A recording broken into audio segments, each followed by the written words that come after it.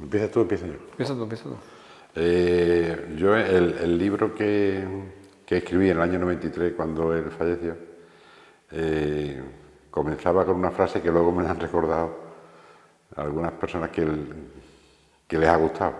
Y yo decía, comienzo, Manolo Sume era mi tío y yo lo quería mucho. Entonces, principalmente para mí era mi tío, no el de Jacques Tati, antes que un director de cine, evidentemente. Porque yo lo traté desde niño y tuve una relación bastante estrecha con él. Y cuando iba a Madrid me quedaba en su casa, y cuando él venía a Sevilla pues tenía mucha relación con mis hermanos y conmigo y con nuestra familia. Yo pasaba muchas vacaciones en su casa de la playa o en el cortijo que tenía en la casa de campo de allí del Chaparrá, en Santolaya de Cala.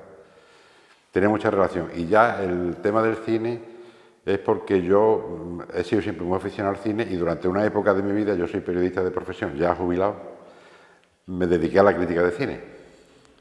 Y bueno, tenía muchas conversaciones con él, ya cuando era yo más mayor, discutíamos muchísimo porque teníamos gustos muy dispares sobre muchas películas, sobre muchos cineastas. Algunos coincidíamos, otros no coincidíamos, y hablábamos muchísimo de cine y de todo, ¿no? Y ya después me encargaron que escribiera el libro de cine un poco por las dos cosas, porque yo había sido de su familia y muy allegado a él, y porque además tenía conocimientos cinematográficos por haberme dedicado durante un tiempo a la crítica de cine y gustarme muchísimo el cine, que es de las cosas que más me ha gustado en la vida.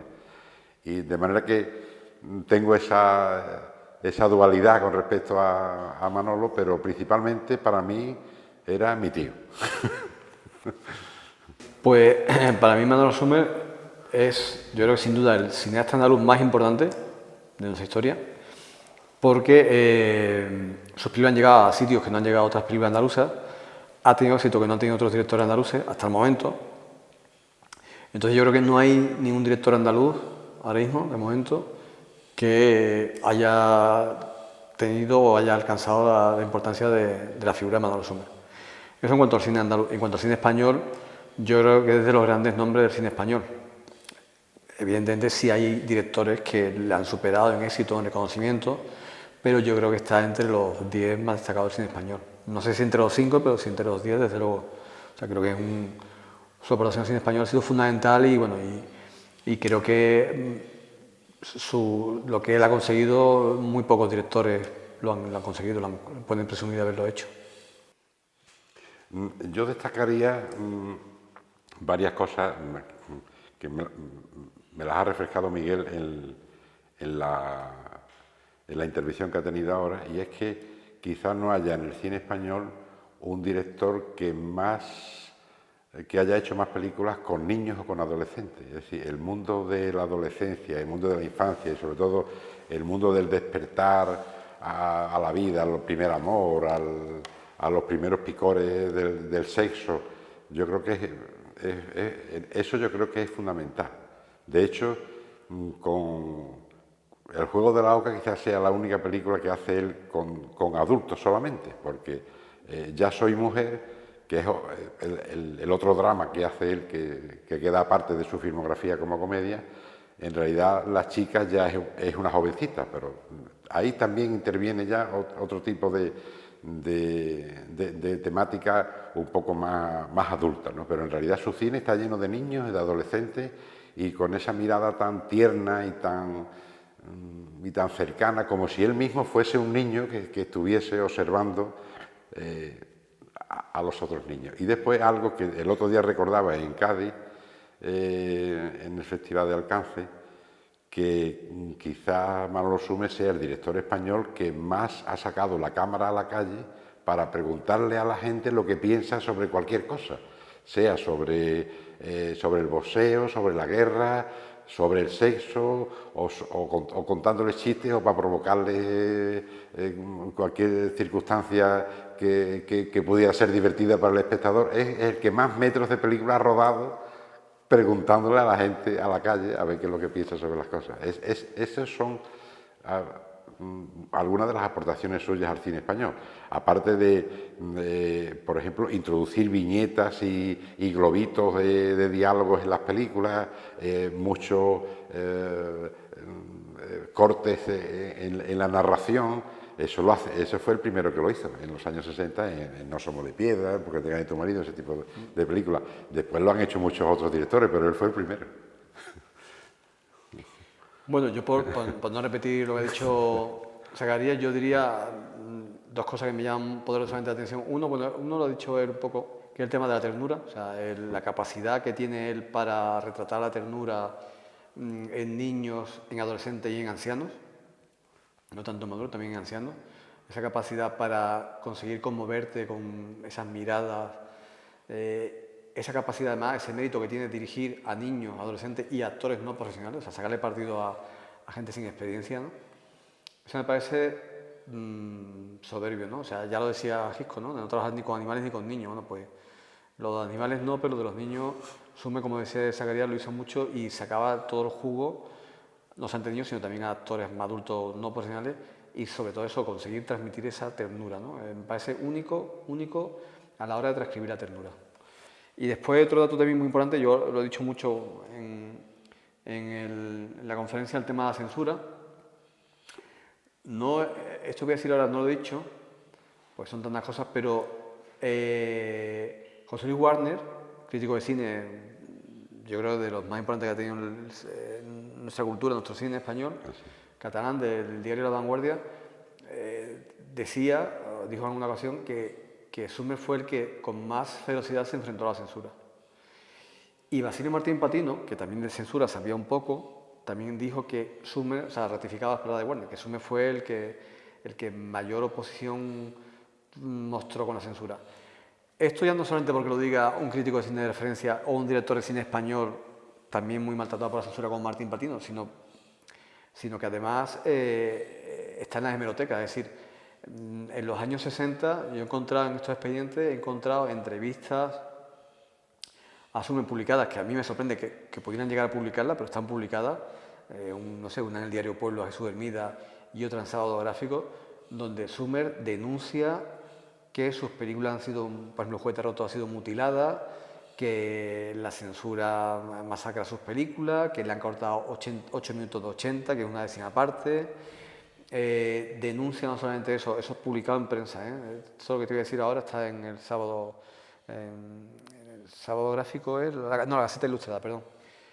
Decir que el cine español, declaración del año 66, que el cine español hay mucho amiguismo, que se reparten las subvenciones a los mismos. O sea, esas son declaraciones de Sumer en plena dictadura. Y que estuvieron a punto de de suponerle la cárcel. Es decir, el director general de cinematografía de aquel momento se indignó una barbaridad con estas declaraciones, porque le acusaba de nepotismo, acusaba de prácticas corruptas, y entonces mandó la entrevista, el texto, publicado en la Gaceta Ilustrada, a la Fiscalía del Estado para ver, porque además juntaba un informe jurídico del letrado del área de cine, del Ministerio de Cultura, Ministerio de Información y Turismo, mejor dicho, porque entendía y argumentaba que había calumniado, había cometido injuria y tal, y entonces, bueno, pues Sumer estuvo a punto de ser procesado y de poder acabar en la cárcel o con una sanción muy altísima.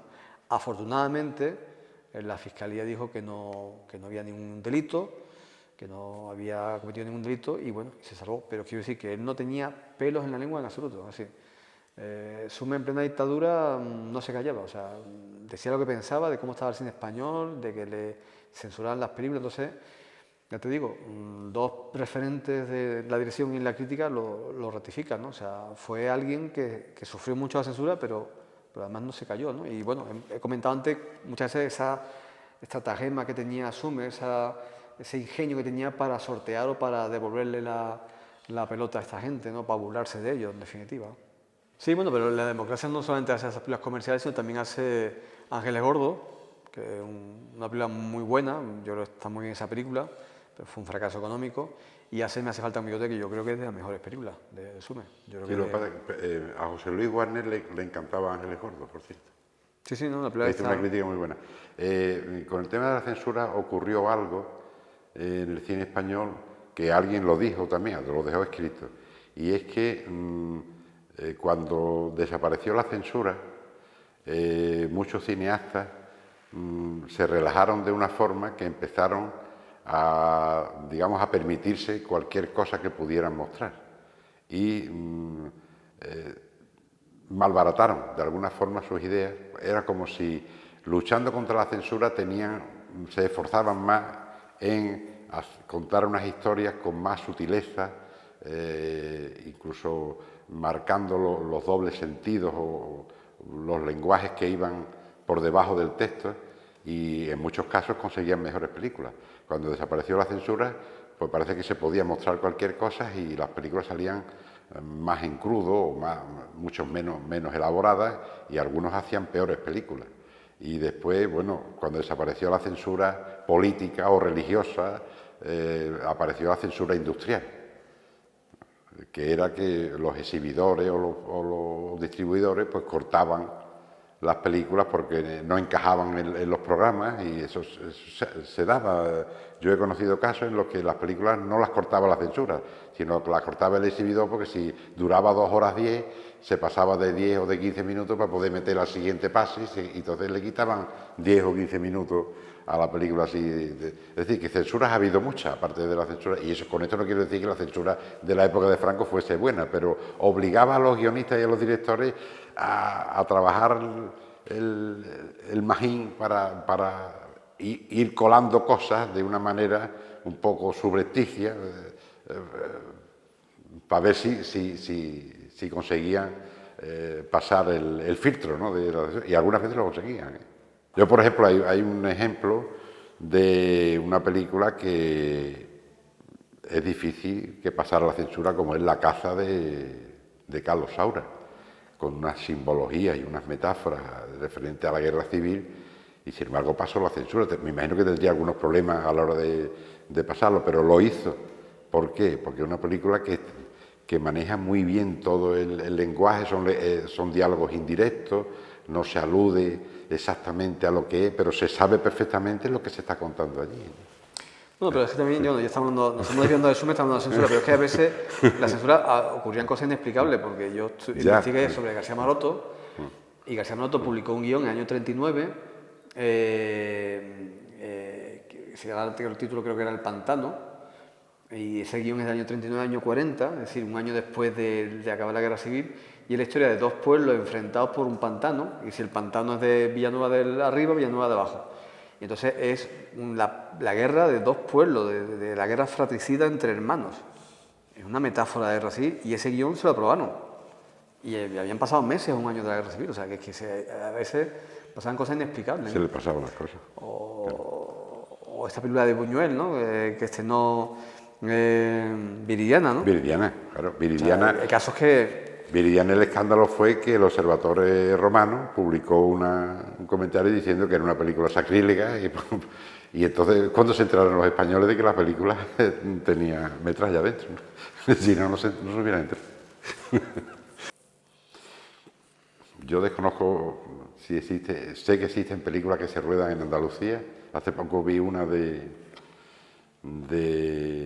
sobre las minas de Río Tinto, me parece de una novela de Juan Cobos Wilkie. El corazón de la tierra, El corazón de la tierra, Antonio Cuadri. de Antonio Cuadri, que me parecía una película en algunos momentos interesante, pero en general me parecía más bien preciosista, me parecía, y no lo sé, me recordaba otra película que me gustó mucho más, que era una especie de western que hizo Mario Camus en Doñana, me parece que fue, que se llamaba La cólera del viento, que era de tema de caciques y demás, con Fernando Rey y Terence Hill, en el año 70 o 69, me parecía mucho más interesante.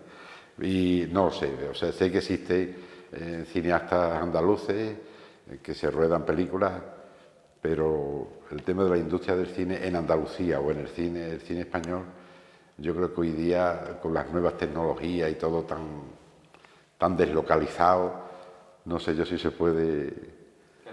si se puede calificar que esto es cine autóctono de este lugar, porque hoy se da un caso, estaba hablando Miguel de la película Ángeles Gordos, que fue la única película que hizo Manolo en los Estados Unidos. En aquella época ningún director español hacía películas en los Estados Unidos. Los primeros que hicieron películas en Estados Unidos fue él, José Luis Borao hizo otra, después Fernando Trueba hizo otra, y hoy día hay bastantes cineastas, no solo directores, sino directores de fotografía y técnicos que han hecho y están haciendo películas en los Estados Unidos, igual que las hacen aquí. O sea que...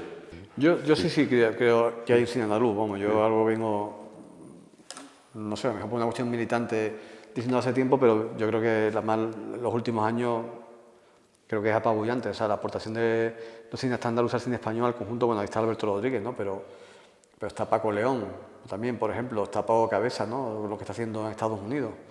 Es decir, hay un nominalismo de directores andaluces. Yo creo que de los sitios donde más se está rodando cine, más que en Cataluña, yo creo que ahora mismo es en Andalucía, y cine muy interesante además. Entonces, yo creo que sí, que estamos viendo un momento muy bueno, que lo empezó, bueno, aparte ya en la transición, lo empezaron García Pelayo, por ejemplo, Pilar Tábara, Juan Boyaín, pero digamos este impulso empezó hace 20 años, yo creo, con Benito Zambrano, con Solas, porque además Benito Zambrano consiguió una cosa que es que rodar con actores andaluces y que rodara en andaluz, y que el andaluz dejara de ser un tabú y que se hablara siempre en castellano. Y entonces supuso pues un descubrimiento de muchos actores andaluces que a partir de ahí empezaron a trabajar en su acento sin tener que disimularlo y tal. Yo ayer, por ejemplo, estuve viendo El Reino y me encantó ver a Ana Wagener, que es una actriz nacida en Canarias, pero formada en Andalucía, y yo creo que se considera andaluza, y hacía su personaje en andaluz, hacía una política a nivel nacional y ahora hacía su personaje en andaluz. ¿Por qué? ¿Por qué tiene que ser, sin una líder política nacional, tiene que ser de Madrid? Porque hacía de andaluza y hacía de andaluza. Entonces eso es algo que yo creo sobre todo fue muy importante lo que hizo Benito Zambrano con Sola y después con Padre Coraje, y en estos 20 años, y claro, ya después la aportación de Alberto Rodríguez, ¿no? y después de Paco León también, ¿no? Y de los compadres, y de Santi Amodeo, ¿no? De mucha gente que está saliendo ahora, ¿no? Que yo creo que estamos en un momento que es una maravilla, ¿no? Y que yo creo que sí, porque además no solamente hay directores, sino que hay productores, hay actores, hay técnicos. Es decir, yo he hecho cortos hace muchos años, y yo he vivido cuando los cortos tenías que traerte el equipo de Madrid y tenías que montarla en Madrid y todo tenía que pasar por Madrid. Y ahora puede ser, y además no una, sino se pueden hacer varias películas andaluzas porque hay gente de aquí. Había una época, en los años 40-50 del siglo pasado, en que el cine andaluz eran las películas en las que salían Juanita Reina o Carmen Sevilla, Marifé de Triana, eran las películas de la folclórica, que en realidad eran películas que en parte se rodaban en Andalucía, pero que estaban producidas por la gente de Madrid.